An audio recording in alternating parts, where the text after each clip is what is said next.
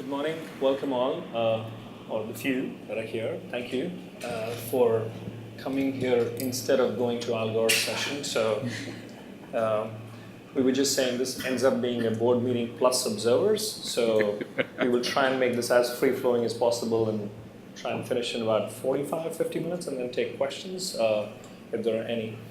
So rather than introduce everybody and be stated, I was just thinking that when I've been in board meetings at Viacom or Pearson, they've been going from rather too free-flowing at Viacom and MTV, as you would expect, to being rather staid at Pearson. So I'm going to try and keep this in between, which is, we really want to talk about innovation, and I thought I'll start with you, if that's okay. You're the only lady here, and then we'll go from there. Oh, gosh. Okay. Let's tee it up for us. Anyway, yeah, it's great to be here and talk about innovation a little bit. I'm from the Global Innovation Fund, where our task is to turn pretty risk-averse bilateral aid money into more venture-style resources that can be deployed, take on smart risks, and at the same time accelerate innovation that serves people who live under $5 a day. So I think there's a range of people at this table with different kinds of capital, I suspect, and different appetites for social and financial risk. And one of the things I think that's interesting for us to maybe talk about is this whole spectrum of capital and how we can blend these different kinds of resources together to meet our goals in education and in development more generally. I'm happy to talk a little bit about an example of an innovation I'm excited about in the education space, and maybe tee that up as an idea of something that could we all imagine how our different kinds of capital that we bring to the table could accelerate that for others. This is a product that's called MindSpark. As everybody here knows, we've made tremendous progress in places like India in getting kids into school. We've got something like 95% enrollment in India now. But we're still doing a really bad job on learning outcomes. And way too many kids have been in school 3, 4, 5, 6 years and still are functionally illiterate and ignorant. So we've backed a company called Education Initiatives who have a tablet-based precision learning product that they call MindSpark. And this serves up tailored content to kids based on where their own learning challenges are. And right now, MindSpark is available in shops for like $30 or $40. It's primarily targeted towards the emerging middle class. What we've done is backed education initiatives to do the work that it would take to get the pedagogy right for this to be available and useful in government schools. And we've made a deal with the government of Rajasthan about what's the price point that they would procure this product at. So you need to think about both a floor and a ceiling on that price. But it's potentially a huge market if they can de-risk and overcome this initial fixed costs of getting the product right for schools. Is this something that the different kinds of capital at this table could help replicate in other settings? Is something I'd be really interested in hearing others' thoughts about. So just teeing off from that, it's funny you said that. That's why I said to you before, we should have met a few years back, but we invest. So we are trying to build a millennial learning company. We buy and build edutainment products effectively from 0 to 14. And we try and buy what I would say corporate orphans, where we see corporates have actually bought into things. And again, some of us come from a corporate background, at least the two of you guys, where we've seen that companies are very good at an idea, but not really being able to take it through to fruition, and they either lose interest or lose patience or the focus goes away. So we've been looking at software services that we can provide, but we don't have an understanding of the device manufacturing at all, and we don't want to get into that space, frankly. We don't think it's our core competence. So we've been approached by telecom operators in India to say, could you give us a sandbox suite, a complete suite, everything from coding to game-based learning to STEM-based products to teaching, teacher-based resources. I always struggle on one end of it, which is how do you get governments to understand that they need to use this as supplemental, not necessarily replacing their core curriculum, because this, and during that time, you're going to have a duplication of costs. It almost goes back to, I think, Ambarish was talking about in his morning session, where he was saying technology is an enabler, it's the intention and whatever. It just, to me, that's where I struggle, because it's like every time you go to somebody, what I would say is the last mile is the purchaser. He's always trying to box you into saying you fit into this or that, and you're saying no, but it's neither of these two. It's actually on top of it, or it's going to eventually replace it. That's not a capital question. It's just something that I struggle with. I think it's a very important point across both of these things, which is in my own experience, as you say, largely in big corporates, and now doing different types of work. I think there's a real distinction between innovation and transformation. Innovation is basically a linear journey of improvement. And if you look at most big companies or government organizations in whatever verticals, they are capable of innovation. They tend to do it quite slowly and painfully, and they tend to overuse resource to do it, but they get there. And in financial services, one of the great examples of that is deployment of mobile technology for banking, and that's changing how people interact with their banks. But transformation is completely different. Transformation is a non-linear journey. Transformation is a step up in effectiveness that is created because there's a capability that's available today that didn't exist before. And to go on the transformation journey requires not only the address of the point that you were making about resource overlap and so on, but it's also a leadership and cultural issue, because it requires a great deal of courage for somebody in an incumbent organization to embrace something that is transformational, because it feels very risky. And this is at its heart, I was reflecting in your presentation, and I agree almost entirely with the trends that you identified, but actually the limiting factor here is not the technology. The limiting factor is our ability to embrace it with courage. And I think that's the real issue when you look at a vertical like education. Are we going to embrace with courage the wonderful capabilities that are available to us, or are we just going to be overly cautious? And things will get better, we'll get a little bit better, but we won't be in the transformation business.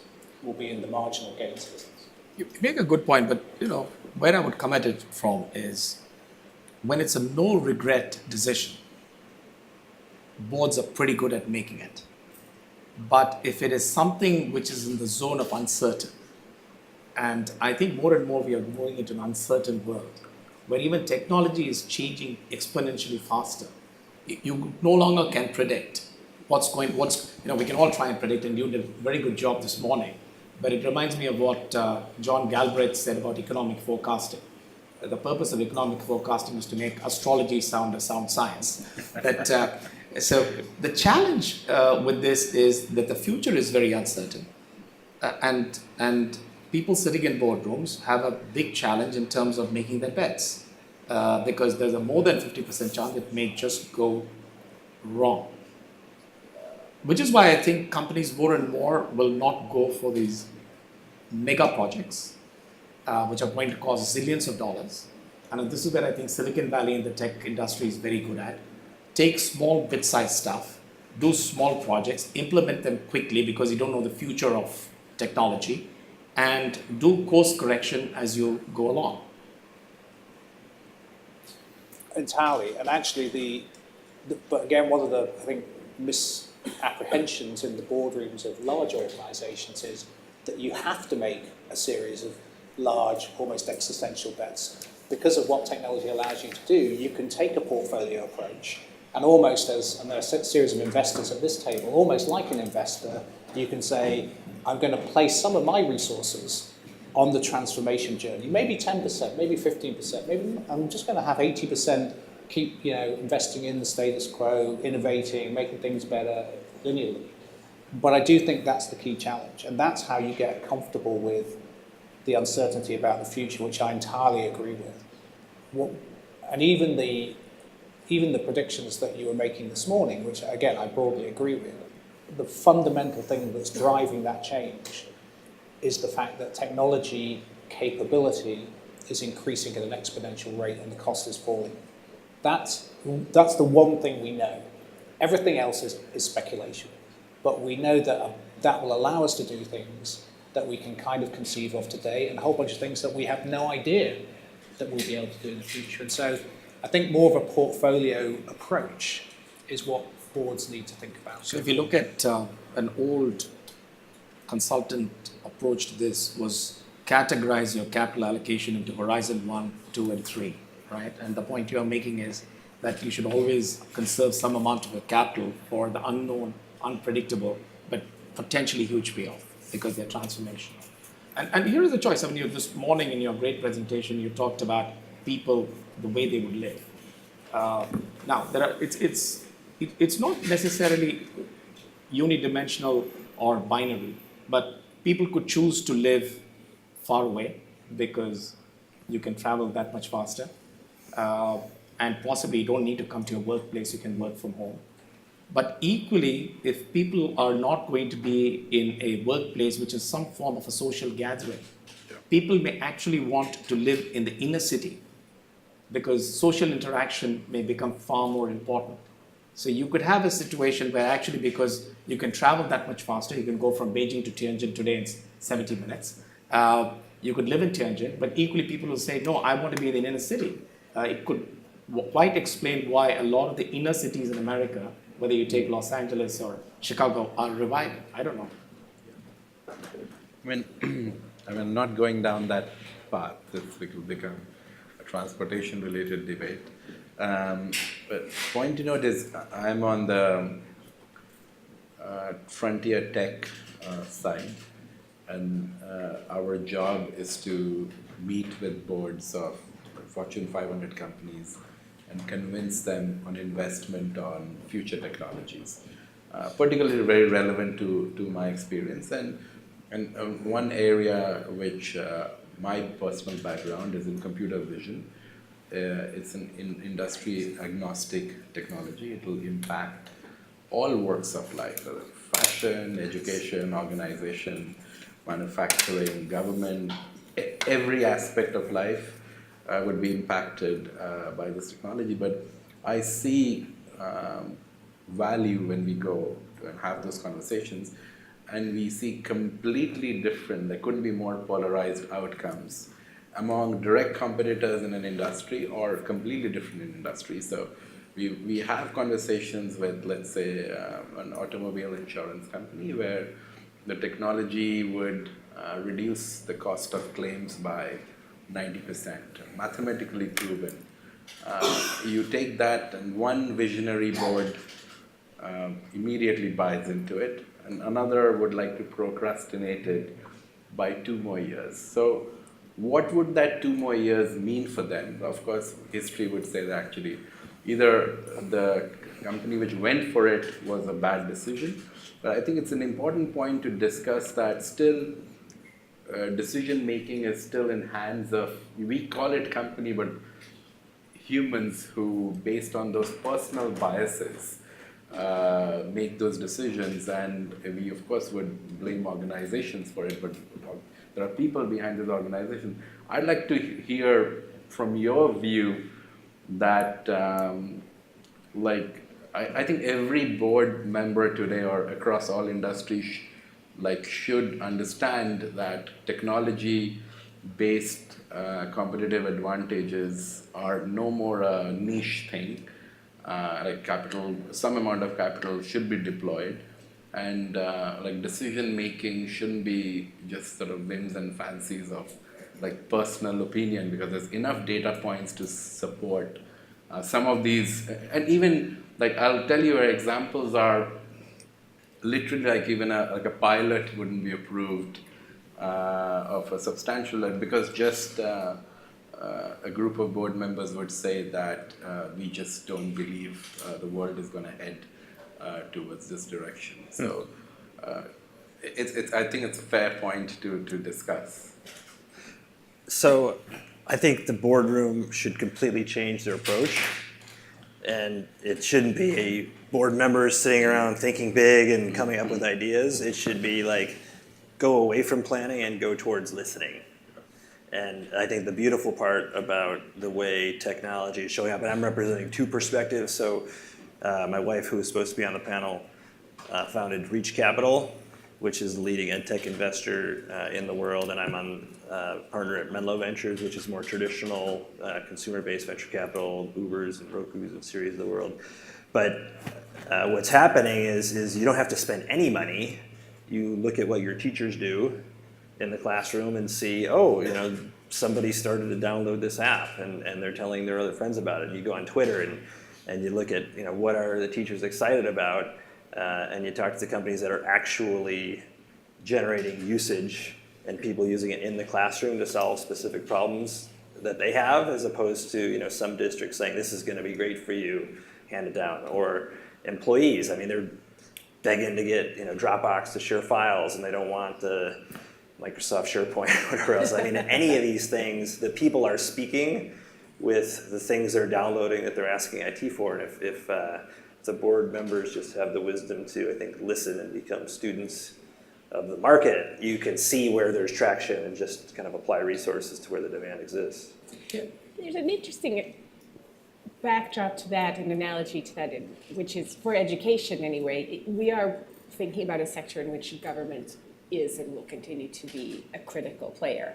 And in many places, the drive towards efficiency and value for money, is the lingo in the UK at least, is actually inhibiting the ability of government to back efforts to respond to messages from the market, to fund entities that want to pivot and learn and don't know exactly their linear path, but are instead need the ability to flex and to adapt. It's very hard to say, oh, I nailed value for money in investing in some entity that's going to explore and learn and pivot in the way that you as a funder would wholly expect someone to do. So I think there's the potential for grappling with innovation in government at the same time as maybe you're advocating for changing how even a boardroom of entities that sell products that government engages with have to evolve as well. Yeah, it's one of those things. Sorry, go ahead. Having spent a bit of time in government in the UK,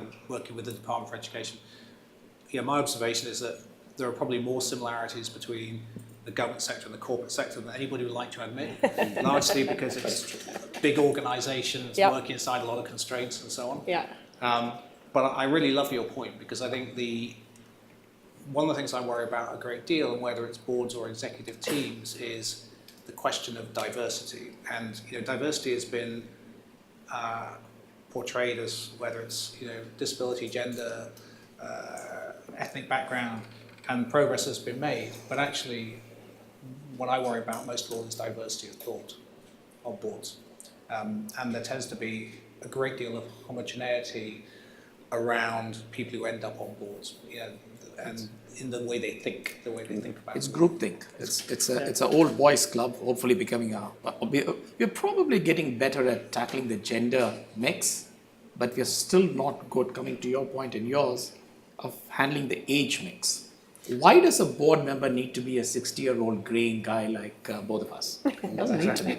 Speak for yourself. But I think your point is very well made, which is actually there's one thing about the diversity of thinking. The second point is about the work the boards do, because in a sense, when you reach that position, you've by definition had an illustrious career, right? And so people have expected you to have the wisdom, and in this world, you don't have the wisdom. As we saw brilliantly in the sessions today, the people who have the wisdom are the 14-year-old who learned to code when she was 6 and had a grandmother with Alzheimer's. There's no corporate R&D department, no people like us sitting on board who'd ever come up with that idea. And so we have to invert the way organisations work. And the other thing is the other point which I really liked you made, and I think you were making the same point, is nowadays the learning comes thick and fast, and it's cheap. When I started my career, you wanted to launch a new financial product, you went out there, you did focus groups, you did quantitative research, and 6 months later, or a year later, 18 months later, or something, you'd learn something that was completely rubbish because the research is imperfect. Now you just put it in the app store, and within 24 hours what works and what doesn't, because people will tell you. And so the agility that requires in an organization, which is, okay, there's no point in waiting for that to go up the corporate hierarchy to the board, and the board say, oh, I see, we're 2 stars in the App Store, we should do something about that. That needs to be fixed, in real time. Yeah. And that's exactly your point. When organizations are just focused on value for money, very hard to do that. Yeah. So there's a sort of a what and the how thing going on here around big, clunky, not even big, even medium-sized organizations work and operate in a world which is now defined, most of all, I think, by the need to be agile. I mean that broadly, not just in the sort of traditional tech sense. Whereas most of what's happened and most of what's made organizations successful for the last 200 years, and we've only really had large organizations for 200 years, has been scale. Scale is what made corporations successful, it's what made nations successful. Scale doesn't necessarily mean success now. In fact, it can mean the reverse. No, but I this would is tend where to. also- Sorry, go on. No, I was just saying, so this is in some ways a contradiction of sorts, because the reason folks like us are actually in business is because of the slowness of the other side. Indeed. So in some ways, It's good for us. commercially, I'm thankful for that, if that makes sense. Me too. But on the other side, I'm also frustrated because you meet, exactly to your point, you meet these Fortune 500 companies, and sometimes and I don't want to say this pejoratively, but when we buy businesses out of them, sometimes I'm wondering why you're even selling. Because this is an innovative business, just because it is not flavor of the month, you're selling it, really. And I'm thankful. But there in itself lies an inefficiency. When you talk to the guys, they're talking about, oh, this is not priority today. And I'm thinking to myself, when has ever it happened in life that you'd say, oh, I transformed too fast? Because you feel like telling them you're completely missing the point. But if they didn't, you wouldn't have what you guys do at scale, because it allows you in some ways to go after that and listen to the way you guys do, because otherwise, the banks would be transforming faster, and they don't. And that's really where. The point I was coming on was really 2 things. One is, we talk about scale, you're absolutely right. The traditional form of thinking about scale is probably changing. But increasingly what you're seeing in the world of tech is a winner take all. Whether you take a Google or Amazon or whoever else. So it's a different form of scale being built. It doesn't take you 200 years to get there. If Amazon versus Walmart or Google versus whoever else. So there's a different form of scale coming, and a global one because of technology. The second point I would make is on innovation. You talked, Alex, about government supporting innovation. And the reluctance to do so. You know what happened to a US president when he supported something on that front, on the renewable energy side. But if you just look at the history of innovation, for innovation to succeed, you need a strong commercial bias. So if you just take the energy sector as a good example, whether it was offshore, deep offshore, shale, it all happened when oil prices were high, when there was enough skin in the game for people to apply something different. And it actually goes back to the 1870s with the steam drill, number one. But if there is no commercial rationale for it, there needs to be government support in some form or fashion. So you wouldn't have the advancements we have in solar or wind without initially government subsidizing. Today you have built the scale that they can actually compete exceptionally well against traditional fossil fuel. And you can go back in history. I mean, why was Florence the center of arts? Because you had the Medici family supporting the arts. Why did China not succeed as an exploring nation and ceded that control to Vasco da Gama or Marco Polo? Is because Zengi was actually predated these explorers by almost several decades, but the Chinese emperors wouldn't allow them to do it. Or even the printing press. I mean, the Ottomans thought the pen was better than the printing press and didn't allow the spread of knowledge. So you need a government support where no commercial support exists. But I fundamentally believe the best way to build an innovation base is by also having a crude word, but profit motive. But just kind of taking a slightly different tack to that, I agree with you on the technology and winner takes all on a lot of aspects. But I also think that technology as an enabler can move your efficiency point significantly without having to be a winner takes all. There are examples like Google, but also on the supply chain or the way people do logistics. There's huge improvements being done, or in the banking side, where it doesn't have to be a consumer-driven Uber or a Google kind of framework. And I feel like companies, in some way, shape, or form, get always lost in this inward-looking bureaucratic process that almost mires them from, being able to make fundamentally simple choices to say, hey, we're not going to have 11 steps to do this, we're going to have 3 steps to do this, and that's tech-enabled. That's not really, I almost think that's evolution versus revolution. So it doesn't have to be, this is a magical bullet to solve everything. I just think there's a general reluctance to do something that is, it wasn't invented here, so we won't do it. And I don't need to own everything, and I can disaggregate it. Yeah. Right? And that's the other advantage of technology. Yeah, I like the way you put that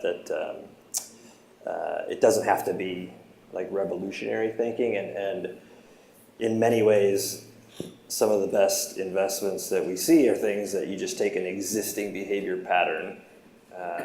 Take Uber. We were the Series B investor, and it was like I used to go to the corner and put my hand up, and first time I used it, I got to the street and there was a car waiting, and I got there faster. So it was like existing behavior, but in that particular case, it was better, it was faster, and it was cheaper. And I think of those 3 things very specifically. If you can, basically any existing behavior, you can say, where are people spending their time right now? Where are people spending their money right now?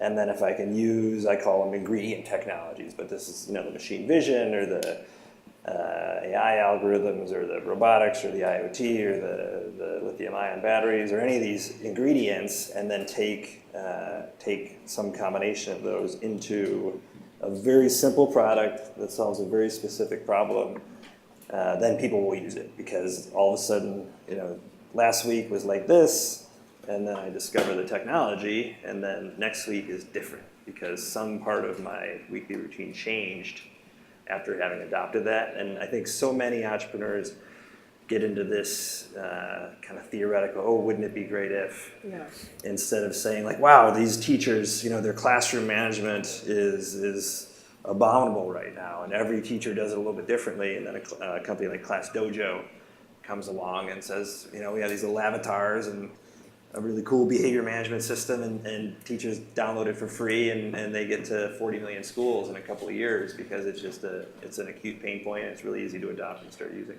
Just going back to your Rajasthan point, and I don't know, this is more a question than a comment, is I feel like in education or perhaps even healthcare, it's probably harder because your decision making is so centralized and largely with governments. Yeah. And it's such an emotive issue, right? It's about our children's well-being, and that the ability to innovate might be very high, but the ability to take a decision to adapt or adopt, where you feel that, and it's not like I'm blaming the government officials, because they also feel the responsibility of, I got to justify, I've got 10 million kids to, and that's where I think it breaks down versus, I think, a consumer-driven aspect where it's literally just, there's no regulator involved. I don't know. Yeah, very interesting. And I sort of, when you're funding innovation, it is quite different whether you're thinking about you're building a new market versus solving some problem that exists. The big risk for us in this Rajasthan example has really nothing to do with this technology. It's been shown in randomized controlled trials to be really effective. People are using it already. There's sort of the proof is in the pudding in the market there. The risk has to do with regulatory risk, essentially, and teachers being willing to adopt and use this and not perceive it as a threat. So the risks that we're trying to help the company bear, essentially through, it is a kind of subsidy in the sense that this is taxpayer money backing them, is to manage through that and figure out the really complicated kind of political economy of how can this be perceived as a tool that's useful rather than a threat by unionized teachers, and how can we help the government get out of their strong incentives to basically underprice on procurement. And rather than everyone anticipating too low of a price or a poorly specified procurement process, to help people get to the good equilibrium instead. So it's interesting that, yeah, the kind of risks we're bearing have very little to do with technology and all kinds of things to do with humans and messy human behavior that you were And change of talking government. about. And change of government Totally. in the Change of Indian government, case. and the whole thing could be off the table. The next chief minister could say this is Absolutely. really bad stuff, and Absolutely. But I could test this in 3 weeks. Okay. Like, take the product, give it away for free, hand it to the teachers, and see if they use it. And if they don't, like, it doesn't matter. The value manifests through the behavior change, and the behavior change requires, yes, some amount of education, right? Like, oh, here's how you use it. But those are the only products I think that actually work. Like, no one, unless you absolutely positively will be fired for not using something, which is just not a way to roll out anything, certainly in schools. Maybe you can get away with that with, like, enter your CRM data in Salesforce.com, or you're going to be fired as a salesperson because your numbers don't show up in the pipeline. It looks like you're doing nothing. But otherwise, like, you got to give it to people and see what happens. And I think one of the best advancements, I think, in the efficiency of capital deployment has been these metrics toolkits, the mix panels of the world, and the heap analytics. But you instrument the software. You put it in the hands of the people, and then you look at the dashboard, and if most apps people download and then 1% retention a week later, like, it's not working. So start over, or get a 3-person team that just keeps iterating on it and tries to solve that problem, or you go do something else and say our hypothesis was wrong. But I think if you don't run those tests when they're cheap and dirty and unpolished, then you can spend a lot of money and time without. One of the things that I spend a lot of time thinking about is kind of organizational structures, because it's a sort of way of organizing human activity to create outcome. And over the years, I spent quite a bit of time in India and Africa and in the communities there. And there's nowhere more entrepreneurial than a slum in India or Africa. It just isn't, because if you don't work, you don't eat. It's as simple as that, right? It's medieval, actually. It's not particularly. It's not acceptable, but it's the reality. So when you walk through Kibera and there's somebody there, they bought a few potatoes and they're frying them up to create potato chips. That is the sort of basic entrepreneurial, how do I create value? That's how I create value. And in this new world where increasingly you can get the response of the consumer much more quickly, instantly in some ways, whole organizations have been architected to design product, deploy product, react to how the customer thinks, make money out of that, with huge elongated time cycles. In this new world, things go back to how they used to be, right? Where ultimately our own value creation becomes much more apparent. In the work that we do, in the information that we have about ourselves and how we choose to provision that or not, which is linked closely to our identity. And so one of the things that I think is going to be very, very challenging, but also very important in the effectiveness of nations, between the nation and the individual and the things that sit between them, is how we organize ourselves going forward. It's a bit like your point, why can you see value in a business that a large corporate can't? Because you don't have a department of seeing value. It won't be created called that, but there will be some, no disrespect to finance people, but there'll be some finance person who's stack ranking the 20 things we can do, and you're buying number 18. And in this world, the world you describe, you don't need most of that. But I also think it's, there's some things that are pretty obvious if you're not in the weeds of it. Like, I've heard your comments about, banks getting disintermediated. It's very obvious to people, except the banks themselves sometimes. So I remember my 3 years in an education company, coming from a media company, it was very obvious. And you look at all the data that kids today learn through video. This is a fact, right? And you go to the world's biggest education company and say, okay, we're going to change the curriculum to be 75% video. And I'm the pariah. Like, I was literally thrown out of the boardroom saying, what is wrong with you? This is blasphemy, effectively. And so that's the conundrum you're dealing with. And therefore, the opportunity, right, in some ways, for everybody outside. But sometimes going back to the scale point that was made, but leaving aside the commercial aspect, I feel sad because I feel like if somebody who has scale understood this, the pace at which they could roll this out, whether it's a nation or a corporation, would manifestly be way faster than anybody else could. Like if the Indian government finally got its act together, or a big corporation said, "Yep, I get this." But in that argument, there's a very interesting point, which is mostly money is made out of friction in systems and rent-seeking behavior. And so while the better way is usually the cheaper, it's usually better on many dimensions, but it's almost certainly cheaper and a lot cheaper.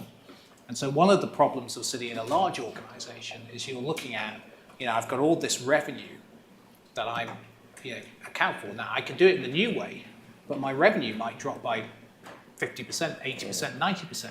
Now, if you're the new startup, well, that's fantastic because 10% of this huge number, wow, that's great. That's the Uber play, that's all these other plays. But actually, if you're the incumbent, you're sort of trying to, how am I going to explain that to the street?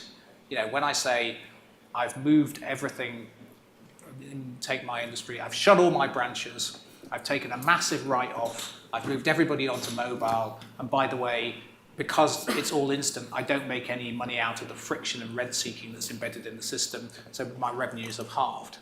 And when you make that change, there's a transition cost and a lag effect. And you can't explain to the market right away as to why you're not making money, why that strategy is not working. So guess what? You get fired, right? And the next guy comes in. And actually what should happen is the market will value you, and your value in the short term will collapse. Right. But in the long term, it actually ought to double from where you start because you've got a more sustainable model.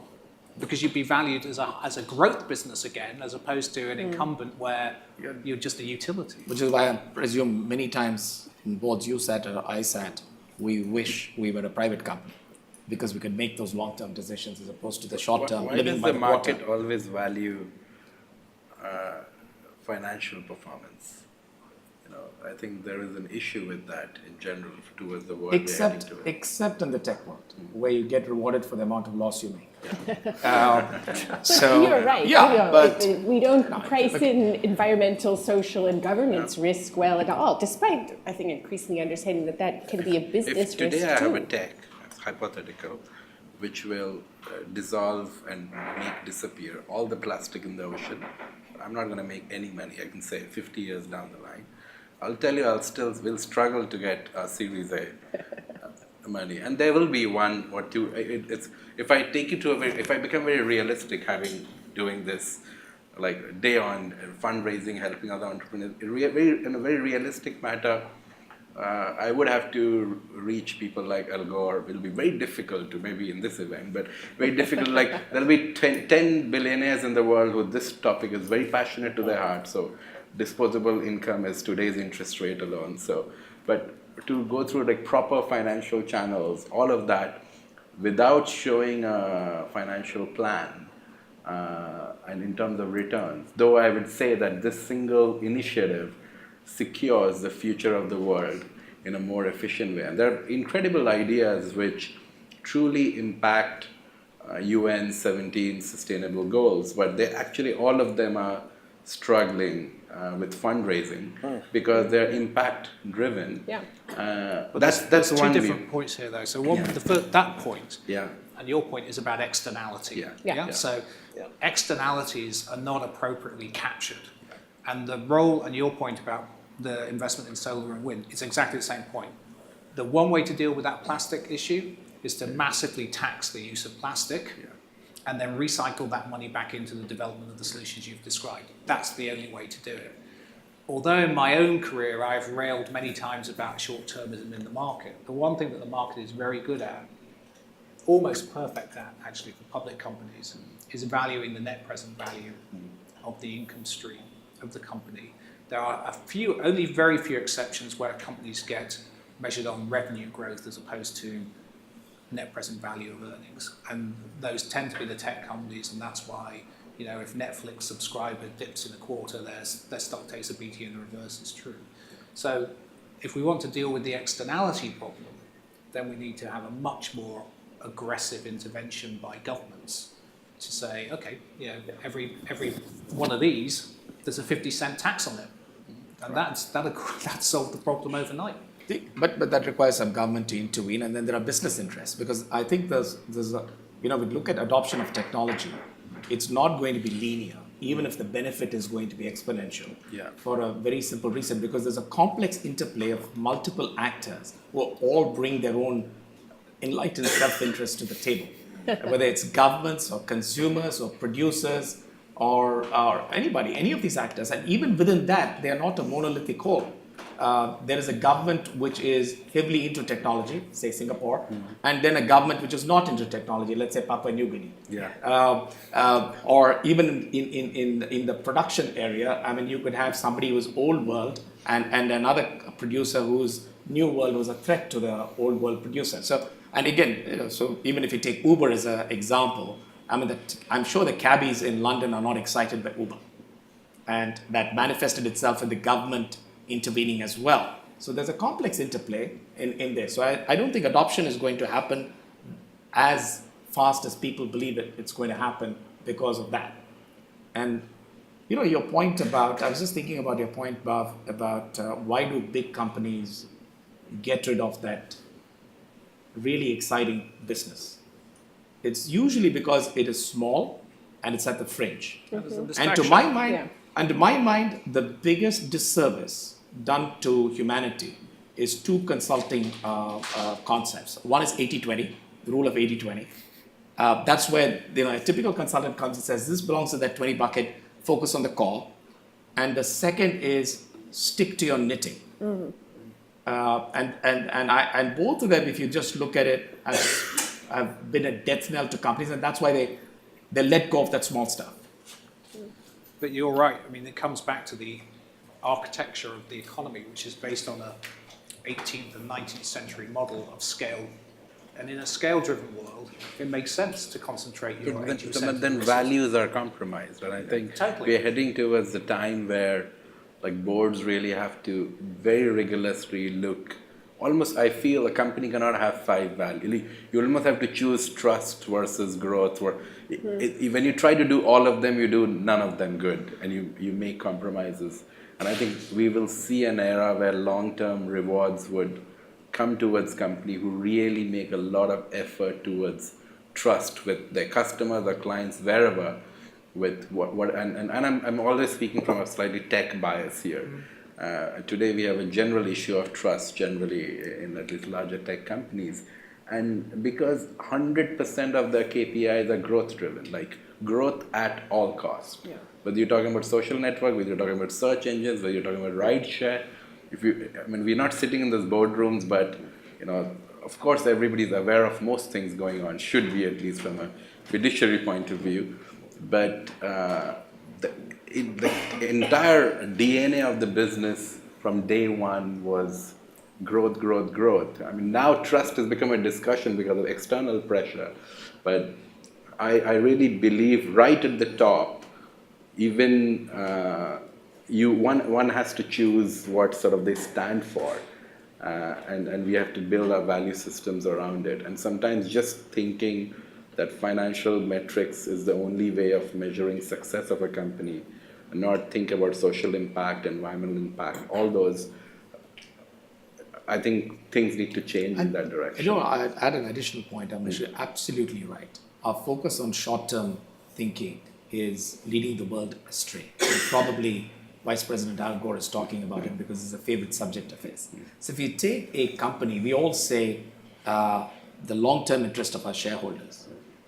But the average tenor for which a shareholder holds your shares is 9 months. So who are we working for if you're running a public company? There's a lot of patient capital, which private equity funds and others, and there are some long-term patient capital, but your average investor holds you for 9 months. Yeah, so the one last thing I wanted to say on this, and then I think we should take some questions, was the scale point, and maybe there's a slight shift moving to what I think of it as unique versus utilitarian. So I kind of feel like the internet truly, like you said this morning, commoditizes and democratizes everything. Therefore, true scale matters if you're building a volume-driven commoditized business. But you should really be focusing on the unique end of the spectrum, where efficiency, as you said, if you can get small incremental efficiencies and build something unique, and you still have something very, very valuable. It doesn't have to be a $50 billion company or whatever that is.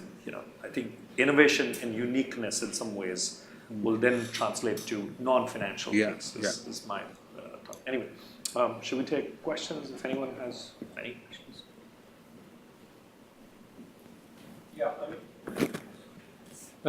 insofar as this conference is about education, and we did hear some stuff earlier from Mr. Mitra about a very visionary view of innovation in education, I'd be interested in the views of the panel as to what they see the next wave of education innovation will be. Well, I talked a little bit earlier about precision learning, and in developing countries where we work, we are very excited about that. But another thing that we are really interested in is actually innovation in accountability. And how can we support, but also what will happen in this space that allows parents to hold schools and service providers accountable in ways that have been difficult historically. I'll give another example. In India, it's a very well-known product called ASER report cards that come out every year and sort of document levels of literacy at the state level. And these get publicity, and generally results are poor and people are upset about that. But it's been difficult to see how the ASER report card really translates into policy change. It's been difficult for people on a grassroots way to use that for accountability purposes. But now we are in a world of social networks, of distributed social movements, and I'm very interested to see how we can change the potential for people to hold their governments accountable in the education space while we leverage new kinds of technology. We're just at the cusp of that, but if you think about the way that Black Lives Matter in the US as a movement for social justice has impacted conversations in a very distributed way, I'm excited to see what's the analog for that of people being able to hold governments accountable in developing countries. So the one thing I'd add to that from our standpoint is we really believe that, I almost believe that the world has to move to the audience of one, if that makes sense, from a learning standpoint. So we believe personalized learning journeys, and truly personalized, is really what you have to move towards. And we are beginning to see that, and people talk about Netflix and all that. Netflix has actually personalized audiences to a large extent. So how do you take that into learning when kids are learning? So example, we've invested in something called Tiny Bop, and they've started to do that. They're actually, in schools in the US are beginning to use it, where you can tangibly see a kid learning outcome becoming better, and he's engaging instead of 20 minutes, 40 minutes on something called oceans or mammals, and is coming out better engaged. And this whole thing of game-based learning, while it used to be considered, slightly sacrilegious, is beginning to, make a movement, because you can actually see the impact of how the kid is actually learning better. We think is a big wave of innovation coming there. It's my view. I believe an area where we need to think seriously about innovation in education is college education, because people are going to be living longer, and people need to reskill themselves with the pace of change. So the old model of go to school for 12 years and then go to college for 4 or 6 years, and then I'm good for life, is no longer going to be valid. Whether that model develops into I go to college for 2 years every 10 years or 15 years and reskill myself, I think some serious thought needs to be given to that.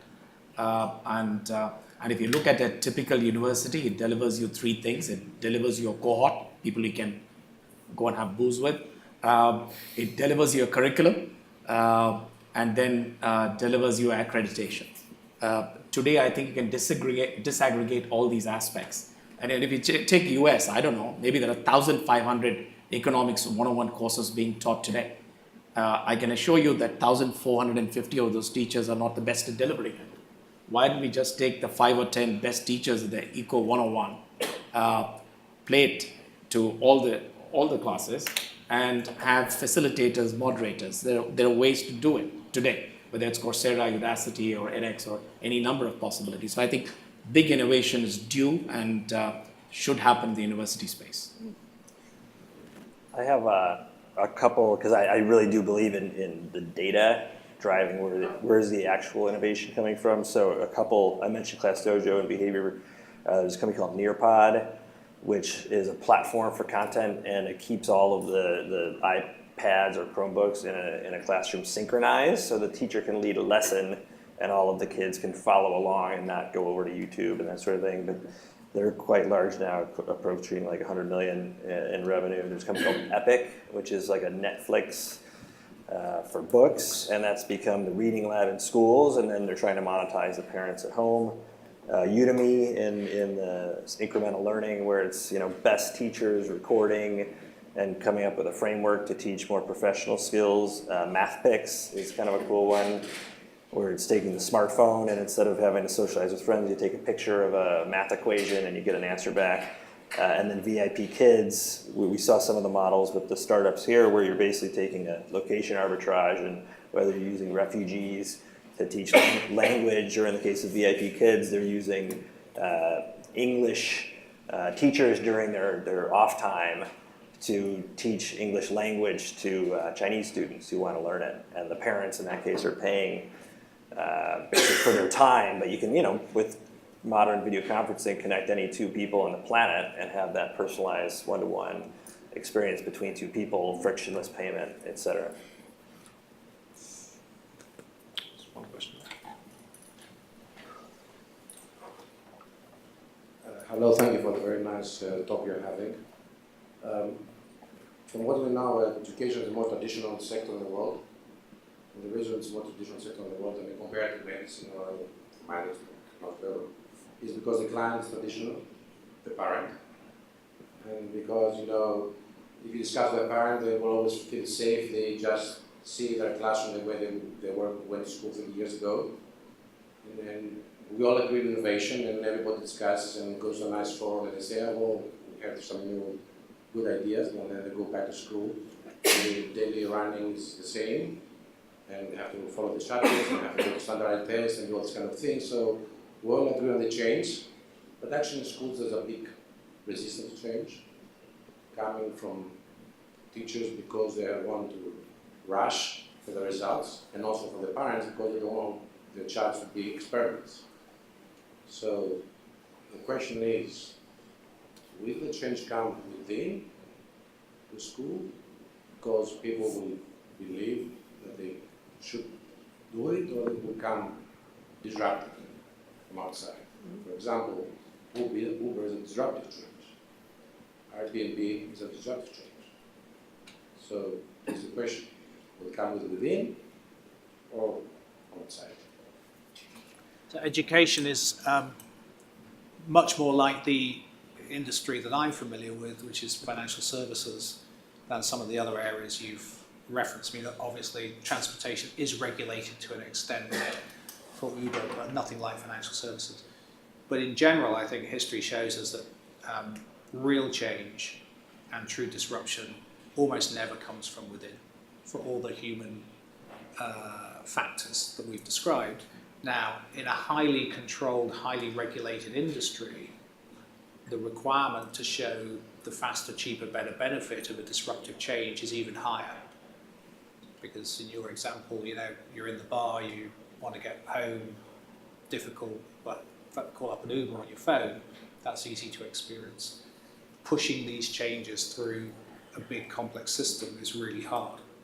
So I think some of it will come experientially because parents or teachers will just embrace these technologies, or learners will increasingly embrace these technologies. But I think some of it will have to come from new, totally disruptive ways of thinking about education. And again, in most developed economies, the educational system is a product, not even of the Industrial Revolution, of the Agrarian Revolution. Why do people take 3 months off in the summer?